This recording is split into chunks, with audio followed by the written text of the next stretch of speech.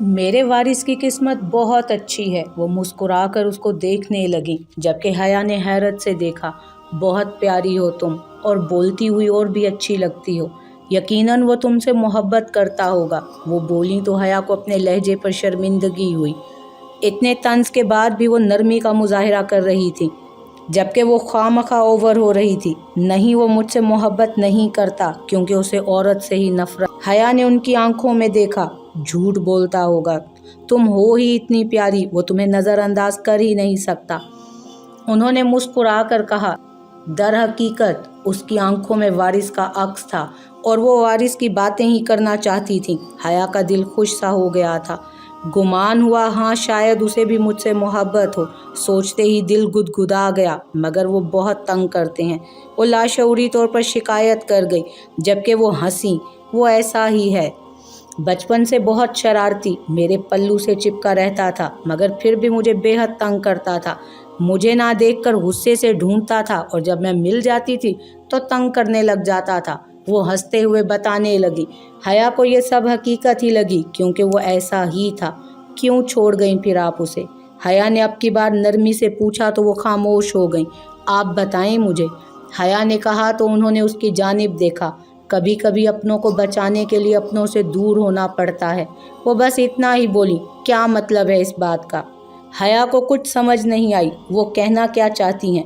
وہ کچھ نہیں بولی۔ حیا کے لاکھ پوچھنے پر بھی، آپ میرے ساتھ گھر چلیں۔ اچانک ہی اس نے فیصلہ کر لیا، جبکہ فائز اسے روک چکا تھا کہ یہ قدم مت اٹھانا۔ انہوں نے اس کی جانب دیکھا۔ نہیں، وہ نفی کرنے لگی۔ نہیں، میں جانتی ہوں کچھ ہوا ہے، کچھ ہے جو جڑا ہوا ہے اس گھر سے۔ آپ نہیں بتائیں گی تو میں خود ڈھونڈ لوں گی اس حقیقت کو۔ حیا بولی تو انہوں نے اس کا ہاتھ پکڑا۔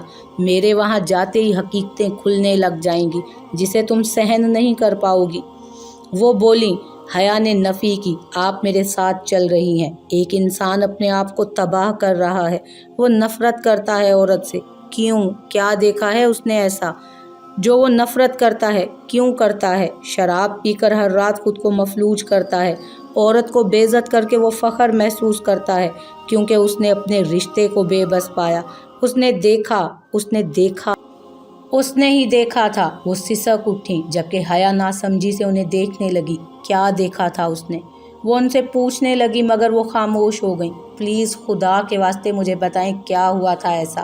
مجھ سے مت پوچھو، وہ ایک دم غصے سے بولی۔ نہیں جاؤں گی میں تمہارے ساتھ، انہوں نے کہا، جبکہ حیا نے غصے سے دیکھا۔ آپ پر ہی گیا ہے آپ کا بیٹا، وہ چڑ کر بولی، جبکہ وہ مسکرائی تھی، اور وہ باہر نکل گئی۔ درخشے ابو امی کی خاموشی سے اندر ہی اندر کٹ رہی تھی، جبکہ وارث بھائی آئے ہوئے تھے۔ ان کے مزاج سے وہ کچھ واقف ہو گئی تھی، مگر پھر بھی حیران تھی کہ آخر وہ اتنی سیدھی طرح کیسے آئے ہیں۔ وارث نے ان دونوں کی طرف دیکھا۔ بیٹا، آپ بھائی ہو اس کے، آپ نے اس کے لیے اتنا سوچا، میں شکر گزار ہوں۔ ابو کی بات سن کر وارث کو شرمندگی سی ہو گئی۔ پہلی بار کسی نے ایسا کہا تھا۔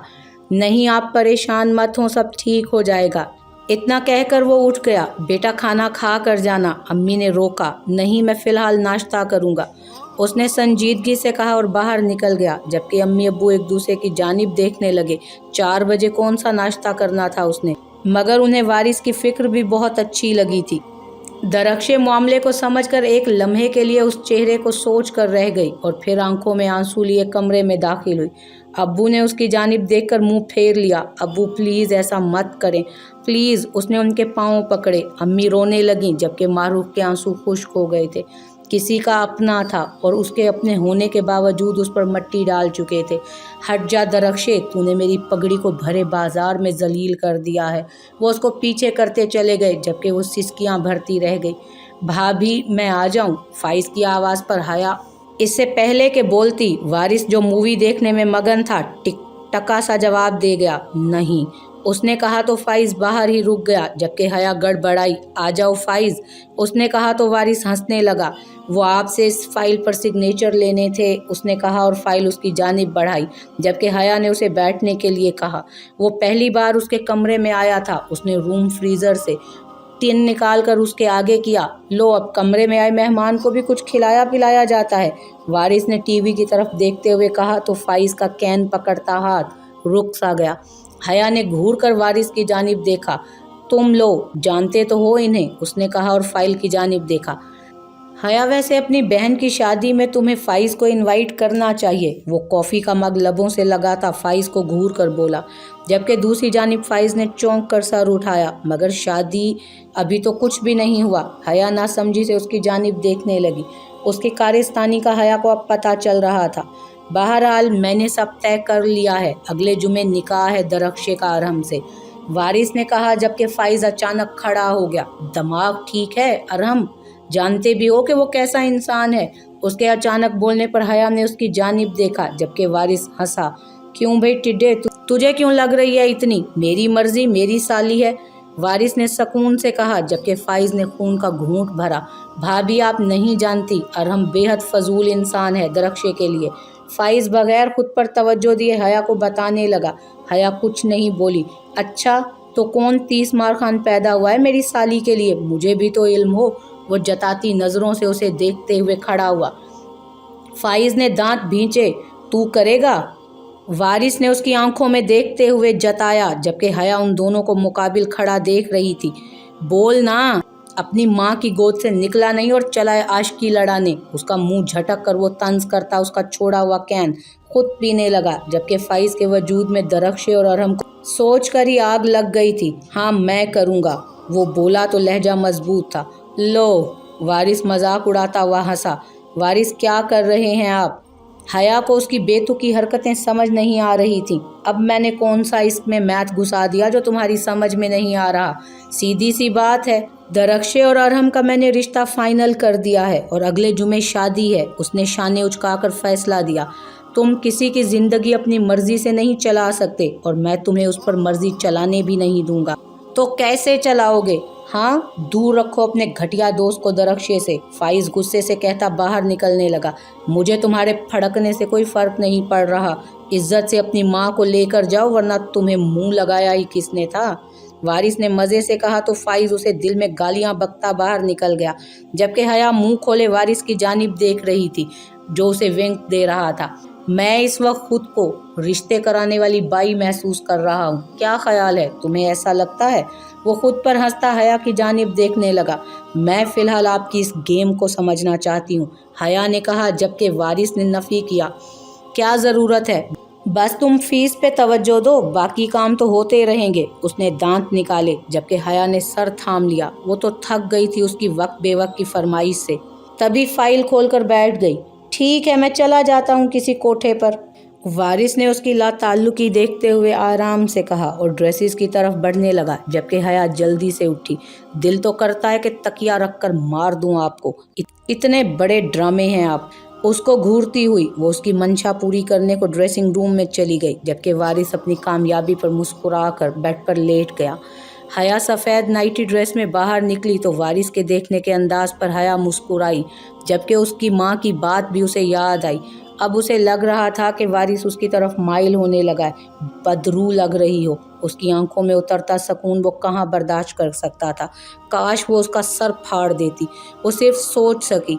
फाइज की कल से अपनी माँ से जंग चल रही थी, क्योंकि वो कह चुकी थी कि वो कभी भी नहीं जाएंगी दरख्शे का रिश्ता मांगने, जबकि उन्होंने वजदान शाह को भी फ़ौरन यहाँ पहुँचने का कहा और हया को भी बातें सुनाई थी, जबकि वारिस इन बातों पर उन्हें टका सा जवाब दे चुका था। वारिस की बदलिहाजी से तो सभी वाकिफ थे, मगर उसने इस बार हया की हिमायत की थी। माहम तो हैरान रह गई कि उसने इस तरह की अथॉरिटी अम्माद ने भी उसको कभी ना दी थी, जबकि हया को वो सबसे मोतबर कर गया था। फाइज जले पैर की बिल्ली बना हुआ था। अरहम से तो वो दरख्शे को जाने नहीं दे सकता था। तभी वो हया के पास आया। भाभी, मैं आपकी बहन से शादी करना चाहता हूँ। उसने दो टोक बात की। चची कभी नहीं मानेंगी। हया ने फाइल को लटते पुलटते मध्यम सी आवाज़ में नॉर्मल अंदाज में कहा, मगर मैं तो मान चुका हूँ। वो अरहम एक घटिया इंसान है, वो दांत पीसते हुए बोला। फाइज, वारिस फैसला कर चुके हैं, हया ने कहा, जबकि उसे अपनी बहन के लिए फाइज से कोई अच्छा मिल ही नहीं सकता था, जबकि वो जानती थी ये सब कुछ वारिस जानबूझ के कर रहा है। यानी आप मेरी मदद नहीं करेंगी?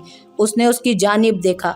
मैं इस बारे में आपकी कोई मदद नहीं कर सकती। आपको जो करना है अपने लिए खुद ही करना है। लगता है आपकी ख्वाहिश है कि समंदर में खड़े होकर तूफान भी ना आए। वो उसे बिल्कुल उसी तरह अल्फाज लौटा गई।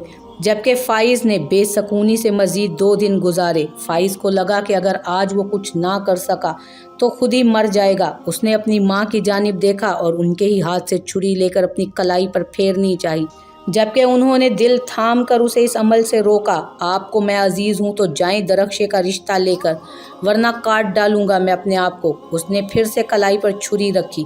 فائز چچی چیخی، ان کا دل اس کے اس اقدام سے بری طرح ڈر گیا تھا۔ وہ چاروں ناچار انہیں درخشے کے گھر پر لے ہی گیا۔ فائز ایک دم خوش نظر آنے لگا۔ چچی کا رویہ ان لوگوں کے ساتھ بالکل بھی اچھا نہیں تھا۔ وہ بات بات پر درخشے پر طنز کر رہی تھی، مگر محلے سمیت خاندان کے کئی لوگوں نے انہیں اس کی دہلیز پر دیکھا تھا اور یوں فائز نے اپنی بات منوا لی، جبکہ در حقیقت وارث اب اپنے پلان میں کامیاب ہو گیا تھا۔ شادی کے لیے بس نکاح مقرر کیا گیا تھا اور آج حیا نے ایک بڑا اقدام اور اٹھانا تھا۔ وہ ہاسپٹل سے انہیں ڈسچارج کروا کر گھر لے آئی۔ پورے گھر کے ملازمین انہیں حیرت سے دیکھنے لگے، جو پہلے جیسی تو بالکل نہیں تھی، جبکہ دوسری طرف حیا کے ساتھ چلتی عورت اس عمارت کو دیکھ کر اپنے وجود کے اندر لگی آگ کو بجھانے کی کوشش کر رہی تھی۔ ان کو اپنی ہی آواز اپنے کانوں میں سنائی دی۔ سب سے پہلی نگاہ عماد کی اٹھی تھی اور وہ ماہم کا قیمتی شو پیس پھینک چکا تھا مارے صدمے کے، جبکہ انہوں نے اس کی جانب نگاہ ہی نہیں گھمائی۔ سب فقط چہرہ لیے انہی کو دیکھ رہے تھے۔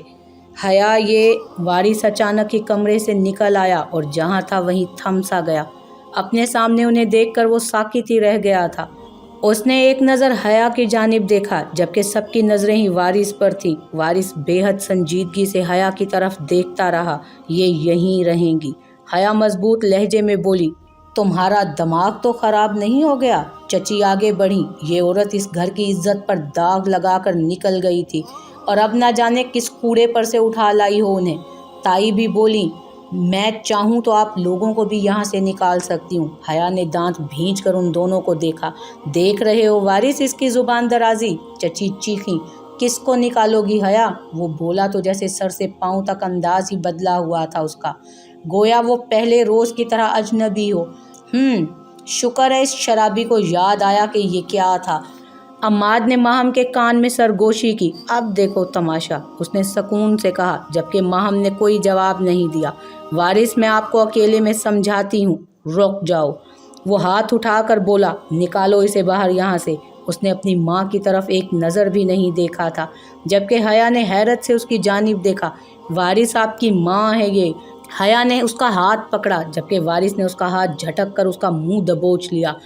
کیا بن رہی ہو اپنی جان میں تم؟ کاٹ کا الو ہوں میں؟ یہ تم نے اپنے دوپٹے سے باندھ لیا اور اب جس طرح نچاؤ گی وارث شاہ ناچے گا؟ تمہاری مجال بھی کیسے ہوئی اس معاملے میں مداخلت کرنے کی؟ وہ دھاڑا۔ وہاں کھڑے سب لوگوں کے چہروں کا سکون قابل دید تھا۔ انہوں نے وارث کی جانب دیکھا۔ ہاں، وہ اتنی نفرت ڈال گئی تھی اس کے دل میں کہ وہ یوں ہی رویہ رکھتا۔ بولنے کی ہمت بالکل نہیں تھی ان میں۔ وارث، چھوڑیں مجھے۔ حیا نے خود کو اس سے چھڑوایا۔ کریم، اس کی بلند آواز وہاں گونجی، باہر نکالو اس عورت کو یہاں سے۔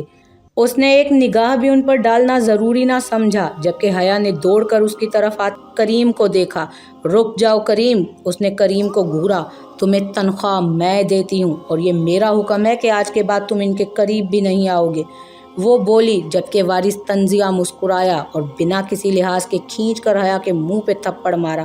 سب فقط اس کی شکل دیکھ رہے تھے، جبکہ حیا کی آنکھوں میں بے یقینی کا سمندر موجزن تھا۔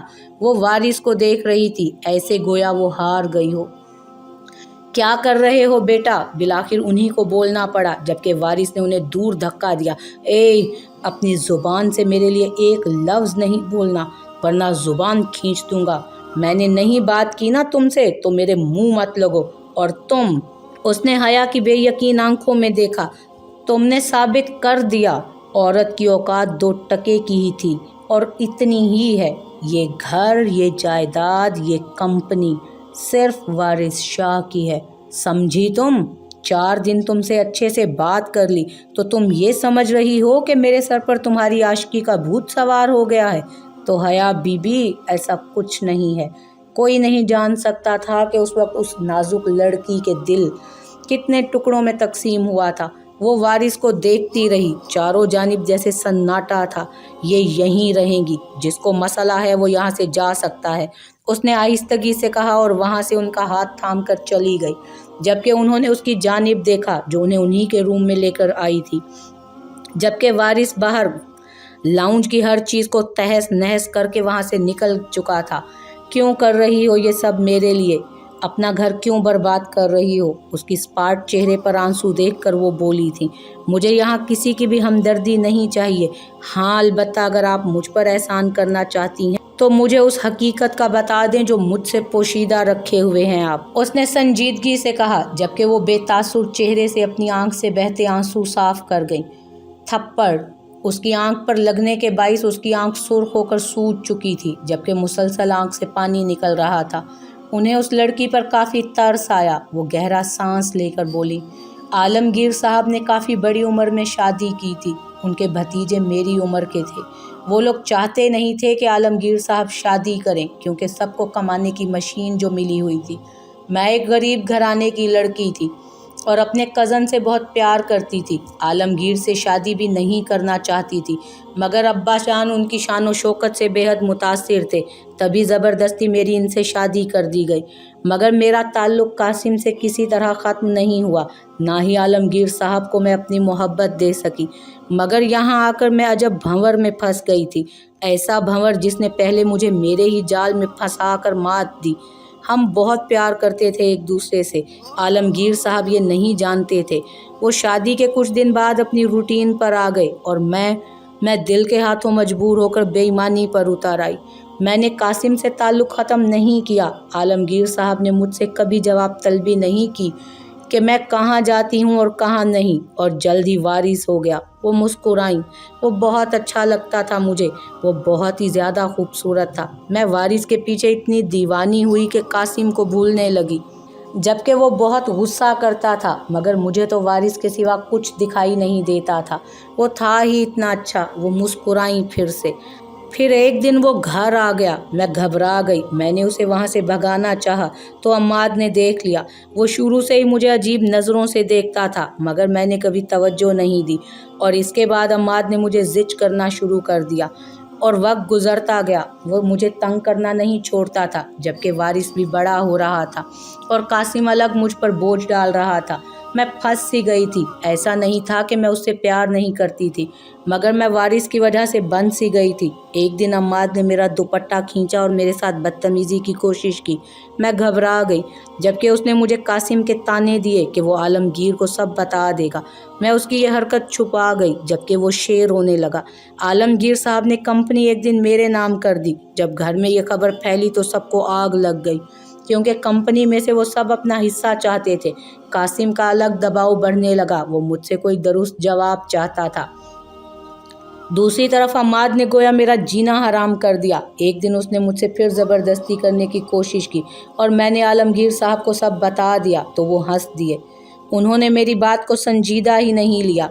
जबकि मैंने दरवाजे की जानिब देखा, 5 साल का वारिस ये सब सुन रहा था। मैं खामोश हो गई। एक दिन मुझे पता चला कि कासिम दुबई चला गया है। मेरा दिल बैठ गया। मुझे बहुत रोना आया और उस दिन वारिस भी मेरे साथ रोया, क्योंकि शायद वो मुझे रोता हुआ नहीं देख सकता था।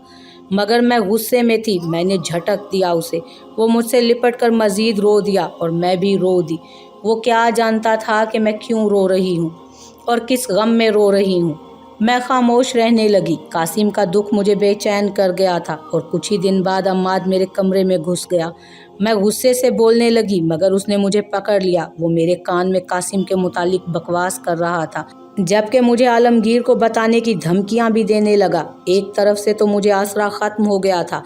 अब वो मेरा घर, जो मैं खुद पहले बर्बाद करना चाहती थी, अब वो कर रहा था। मैंने रोकर उससे पूछा कि क्या चाहते हो, और उसने सुकून से मुझे यहाँ से निकल जाने का कहा। मुझे नहीं मालूम था वारिस ने क्या सुना क्या नहीं सुना, मगर उसने मुझे अम्माद की बाहों में ज़रूर देखा। ये सब मेरी गलती थी, मेरी ख़ता थी। मैं कासिम और आलमगीर के बताने के खौफ में उसको खुद से दूर नहीं कर पाई, जबकि उसके बाद वारिस मुझसे दूर रहने लगा। वो जो मुझसे एक लम्हा भी दूर नहीं जाता था, वो मुझसे बात नहीं करता था, कमरे में बंद रहता था। लेकिन इस बात का अंदाज़ा मुझे बहुत देर से हुआ कि वो अम्माद के साथ मुझे देख चुका था।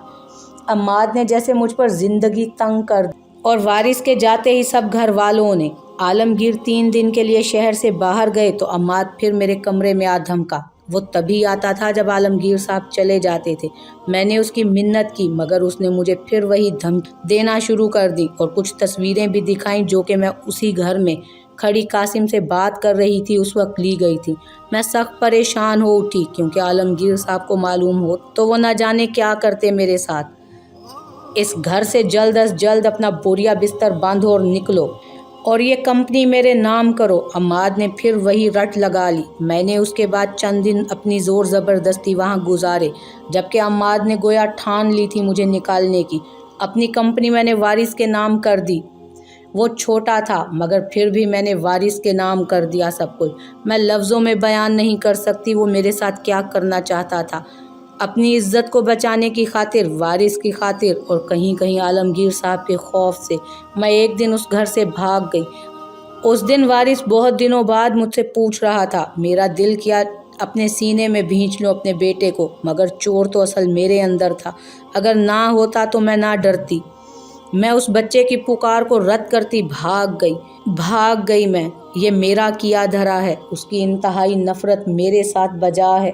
वो समझता है उसकी माँ गंदी है। हाँ तो है, मालूम है मुझे। अम्माद ने उसे बता दिया होगा कासिम का, और वो मुझसे बेहद नफ़रत करता है इसी वजह से। मेरी वजह से अपना घर बर्बाद मत करो। उन्होंने उसको देखा जो बेदम सी उनके पास से उठ गई थी। अम्माद से जहाँ नफ़रत हुई थी वहीं उनके लिए उसके दिल में तमाम जज्बात रफ़ा हो गए थे। सारी रात कमरे में वो बस अपनी ही सोचों में मगन रही। उसके कानों में वारिस के अल्फाज का शोर सा बरपा था। भरे मजमे में वो उसको बेइज्जत कर चुका था। रात रफ्ता रफ्ता गुजर रही थी, वो नहीं आया। बिल्कुल पहले की तरह जब वो उसका इंतज़ार करती थी, मगर आज वो उसका इंतज़ार नहीं कर रही थी। वो उससे मोहब्बत करती थी, उसे मुकम्मल देखना चाहती थी, मगर ये बात उसे समझ नहीं आ रही थी। हया ने वक्त देखा 3 बज रहे थे। उसने उठकर वज़ू किया और रब के हजूर बैठकर वो बुरी तरह से सिसक उठी। वारिस के अल्फाज उसका दिल काट रहे थे। अचानक दरवाज़ा बजा। वो जानती थी उसके कान क्या सुनने वाले हैं। बाहर पड़ा है तुम्हारा शराबी, उठाओ जाकर उसे। ताई की आवाज़ पर वो जाए नमाज से बिल्कुल पहले रोज़ की तरह भागी। सफ़ेद दुपट्टे के हाले में ताई ने उसका आंसुओं से तर चेहरा देखा और तंजिया मुस्कुराई। इतनी ढिठाई तो मैंने कहीं नहीं देखी बीबी। 1 टके की इज्जत नहीं है घर में, फिर भी यहीं बैठी है बेशरम। वो तंज करना नहीं भूली। हया जवाब दिए बगैर दहलीज की जानिब दौड़ी।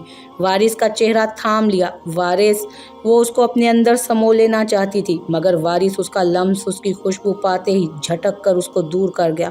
दूर रहो नीच औरत। वो लड़खड़ाता हुआ उठा। हया ने उसको सहारा दिया। मैंने कहा दूर रहो। समझती क्या हो खुद को तुम? नफरत है मुझे तुमसे, तुम्हारे इस वजूद से। वो उसे धक्का देते हुए बोला, तुम्हारे साथ तो मैं वो करूँगा हया कि अगली बार सर भी नहीं उठा पाओगी। उसके बालों को मुट्ठी में जकड़कर पीछे धकेलता वो बोला और कमरे की जानिब चला गया। ताई की तंजिया हंसी एक बार फिर सुनाई दी। वो एक नज़र उनको देखकर उसके पीछे हो ली। कमरे में दाखिल हुई तो वो बिस्तर पर औंधा पड़ा था। उसने उसके जूते उतार कर उसको ठीक करके लिटाया। उसे लग रहा था कि कुछ बहुत बुरा होने वाला है। वो चाहती थी कि वारिस उसे समेट ले, मगर वारिस उसकी सोच के मुताबिक कभी नहीं रहा। वो उसके बाजू पर सर रख कर लेट गई, जबकि वारिस ने करवट बदल कर उसे अपनी बाहों में भर लिया। अगली रात भी उसने यूं ही जाग कर गुजार दी। अगली सुबह दरवाजे पर शोर के बाइस उसकी आंख खुली। उसे रमज़ान शाह और वजदान शाह के चीखने की आवाज़ें आ रही थीं। वो हड़बड़ा कर उठी, वारिस की तरफ देखा। वो वॉशरूम से निकला और हया पर नफ़रत भरी नज़र डालकर फेर ली। दरवाज़ा एक और बार बजा। हया ने अपना हुलिया दुरुस्त किया और दरवाज़ा खोला। पूरा घर दरवाजे पर खड़ा था। रमज़ान शाह ने उसके मुंह पर पेपर देकर मारे। हया हैरान हुई, वारिस की तरफ देखा। वो लाताल्लुक सा बाल बना रहा था। बेच दी इसने कंपनी, ये घर, ये सब कुछ बेच दिया इसने। रमज़ान शाह बेहद जलाल में थे। हया का रंग फक हुआ उन्हें। नहीं, वो बुड़बुड़ाई और झुककर जल्दी से पेपर्स उठाकर देखने लगी। नहीं, वो उससे इस हद तक नफरत नहीं कर सकता। वो इस तरह उससे बदला नहीं ले सकता। वो ऐसा नहीं कर सकता। मगर कागजात तो उसे कुछ और ही बता रहे थे। उसने वारिस की जानिब देखा। سب کی تڑپ دیکھ کر وہ مسکرایا۔ اوپس، دل کے ارماں آنسوؤں میں بہہ گئے، جس کی جو اوقات تھی وہ وہیں رہ گئے۔ اس نے حیا کی جانب نخوت سے دیکھا، وہ یہ نفرت سہن نہیں کر پائی۔ اپنے دن رات اس نے اس کمپنی کو دیے تھے، کتنا نہیں سمیٹنا چاہا اس نے وارث کو، آج اس نے اسے بکھیر دیا۔ حیا کی آنکھیں سرخ ہو گئیں۔ بس یہ تھا جس پہ تم اچھل رہی تھی بار بار، اپنی حیثیت کا اندازہ دلا رہی تھی۔ میرا باپ بھی عجیب آدمی تھا، 2 ٹکے کی عورت اس نے پال لی اور 1 ٹکے کی عورت مجھے دے گیا، مگر بھاؤ تو بہت بڑھ گئے تھے تمہارے۔ تم یہ سمجھ رہی تھی کہ تم اپنے اختیارات وارث پر چلاؤ گی، تو بھولو مت، وارث یہ ہے، وہ خود برباد ہو سکتا ہے تو تمہیں بھی کر سکتا ہے، سمجھیں؟ حیا میرے خلاف جانے کا انجام۔ میری 2 لمحے کی قربت کو محبت سمجھنے والی بے وقوف ترین لڑکی ہو تم۔ وہ طنزیہ ہنسا۔ ویسے ساری عمر تم اس بات پر پچھتاؤ گی، اس نے کہا۔ حیا جہاں تھی وہیں رہ گئی۔ اس نے اب باقی سب کی طرف دیکھا اور شانے اچکائے۔ گھر، کاروبار سب بک گیا، اب میری شکل نہ دیکھو، سب اپنے اپنے ٹھکانوں پر نکل جاؤ، اس نے کہا اور مزے سے مسکراتا ان پیپرز پر جوتے رکھتا وہاں سے نکلتا چلا گیا۔ اگر محبت اس طرح ذلیل کرتی ہے تو ہار دی اس نے محبت۔ ایک عورت کو اس نے گھر سے پہلے نکلنے پر مجبور کیا تھا اور آج ایک اور عورت مجبور تھی۔ وارث سے محبت کا اندازہ تو اسے خود بھی نہیں تھا۔ ہر موڑ پر وہ اپنی ہی محبت کے ہاتھوں ذلیل ہوئی تھی، اور آج اس کے یہ الفاظ کہ وہ 2 ٹکے کی عورت تھی اس سے برداشت نہیں ہو رہے تھے۔ وہ مسلسل روتی اپنا سامان پیک کر رہی تھی کہ دروازہ بجا اور دھاڑ سے کھول کر کوئی اندر آیا۔ اوف، کیا کلائمیکس ہے تمہاری کہانی کا! عماد نے تالی بجائی۔ شوہر نے سب بیچ دیا، جبکہ باحیا حیا بی بی خالی ہاتھ رہ گئیں۔ تمہیں میں نے پہلے بھی کہا تھا، ڈیل کر لو، فائدے میں رہو گی۔ اب دیکھو جا رہی ہو نا ذلیل ہو کر۔ وہ اس کے نزدیک آیا۔ حیا نے کوئی جواب نہیں دیا۔ اب وہ یہاں کسی کے منہ نہیں لگنا چاہتی تھی۔ عماد اس کو دیکھ کر ہنستا رہا۔ جاتے جاتے ہی کچھ دے جاؤ ظالم، کہ یہ مچلتا دل قرار میں آ جائے۔ اس نے دل پر ہاتھ پھیر کر لوفرانہ انداز میں اس کا ہاتھ پکڑا اور حیا نے کھینچ کر اس کے منہ پہ تھپڑ دے مارا۔ تمہارے لیے میرے پاس یہی ہے، اس نے کہا اور جانے لگی کہ ماہم کو دروازے پر پایا۔ ایک نظر مڑ کر عماد کو دیکھا جو منہ کھولے ماہم کو دیکھ رہا تھا، اور باہر نکل گئی۔ ہر کسی کا وقت زندگی بھر نہیں رہتا۔ کتنے ایمان، کتنی محبتیں سموئے وہ اس گھر میں داخل ہوئی تھی، اور کیا لے کر جا رہی تھی! ذلت، تذلیل۔ اس کی آنکھ سے ایک پل کو آنسو نہیں رکا، اور وہ وہاں سے نکلتی چلی گئی، جبکہ وارث کی والدہ اس کے پیچھے لپکی تھی، مگر وہ جا چکی تھی ہمیشہ کے لیے سب سے دور۔